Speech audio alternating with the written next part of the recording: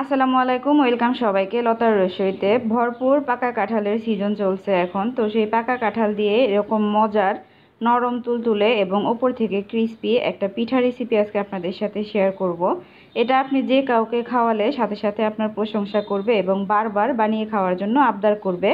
এই যে এখানে আমি কাঁঠালের বিচিগুলোকে ফেলে দিয়ে কাঁঠালের নরম অংশটাকে ভালোভাবে ব্লেন্ড করে নিয়েছি। এটা কিন্তু আমি ব্লেন্ড করার পরে চেলে নিইনি।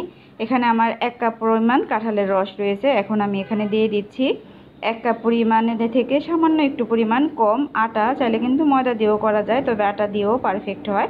আর দিয়ে দিলাম 1/4 কাপ পরিমাণ চালের গুঁড়ি। চালের গুঁড়িটা অবশ্যই দিবেন, এতে করে পিঠাটা কিন্তু ক্রিস্পি হয়। দিয়ে দিলাম হাফ চা চামচ পরিমাণ লবণ এবং হাফ চা চামচ পরিমাণ বেকিং সোডা। বেকিং পাউডার দিবেন না, বেকিং পাউডারটা দিলে পিঠাটা একদম সফট হয়ে যাবে, উপর থেকে ক্রিস্পি হবে না।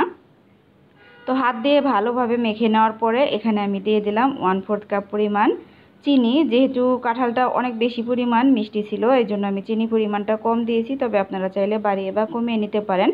হাত দিয়ে আমি 10 মিনিটের মতো এভাবে সুন্দর করে মেখে নিয়েছি। কাজটা হাত দিয়ে করার চেষ্টা করবেন, কারণ এই মিশ্রণটা হাত দিয়ে মাখালেই ভালো হয়। আর যেহেতু আমরা বেকিং পাউডার দিয়েছি, এটা কিন্তু মাখিয়ে নেওয়ার সাথে সাথেই ভেজে নিতে হবে। আপনারা রেখে দিবেন না বা রেস্টে রাখারও কোনো প্রয়োজন নাই, কারণ এটা মাখাতে মাখাতেই কিন্তু চিনিটা একদম গলে যাবে। তো মেখে নেওয়ার পরে আমি হাঁড়িতে পর্যাপ্ত পরিমাণ তেল দিয়েছি। পিঠাটা ডুবো তেলে ভাজতে হবে। তেল দেওয়ার পরে ছোট ছোট বড়ার আকৃতি করে আমি দিয়ে দিচ্ছি। আপনারা চাইলে আরও বড় বা আরও ছোটো করেও দিতে পারেন, তবে এই ক্ষেত্রে একটা টিপস হচ্ছে, পিঠাটা আপনি যে সাইজ করে দিবেন পরবর্তীতে কিন্তু আরও বড় হয়ে যাবে এটা ফুলে। তো সেই জিনিসটা মাথায় রাখতে হবে। আর এই পিঠাটা কিন্তু তৈরি করে 4-5 দিন পর্যন্ত রেখে খেতে পারবেন। অনেক বেশি মজার হয় আর অনেক ডিফারেন্টও, সবাই পছন্দ করবে, বাচ্চা থেকে বড়। তো এই যে সবগুলি পিঠা আমি দিয়ে নিয়েছি, প্রথম ব্যাচেরগুলি। এখন আমি মিডিয়াম ফ্লেমে পিঠাগুলিকে ভেজে নিব।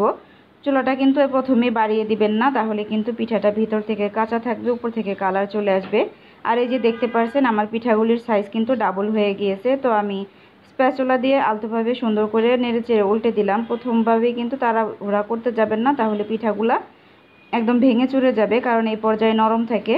তো এই যে সুন্দর ব্রাউন কালার হয়ে যাওয়ার পরে আমি পিঠাগুলিকে তেল থেকে তুলে নিচ্ছি। পিঠাগুলো কিন্তু মাশাআল্লাহ অনেক সুন্দর হয়েছে আর খেতে অনেক বেশি মজার হয়। একবার কিন্তু অবশ্যই ট্রাই করতেই পারেন এই কাঁঠালের সিজনে। আর এই যে সার্ভ করে নিয়েছি নরম তুলতুলে পাকা কাঁঠালের বড়া পিঠা। এটাকে বড়া পিঠে আসলে বলা হয়। কেউ কিন্তু চাইলে এখানে একটু গুঁড়া দুধও ব্যবহার করতে পারেন, তবে যত সিম্পলভাবে করবেন এটা ততই মজা লাগবে। রেসিপি ভালো লাগলে পেজটাকে ফলো দিয়ে দিবেন, সেই সাথে চ্যানেলটাকে সাবস্ক্রাইব করে নেবেন। আর যদি একটু বেশি ভালো লাগে অবশ্যই ফ্রেন্ডস অ্যান্ড ফ্যামিলির সাথে শেয়ার করে দিবেন। সবাই অনেক বেশি ভালো থাকবেন, সবাই সবার জন্য দোয়া করবেন। আবারও দেখা হবে নতুন কোনো রেসিপি নিয়ে। সেই পর্যন্ত আল্লাহ হাফেজ, আসসালামু আলাইকুম।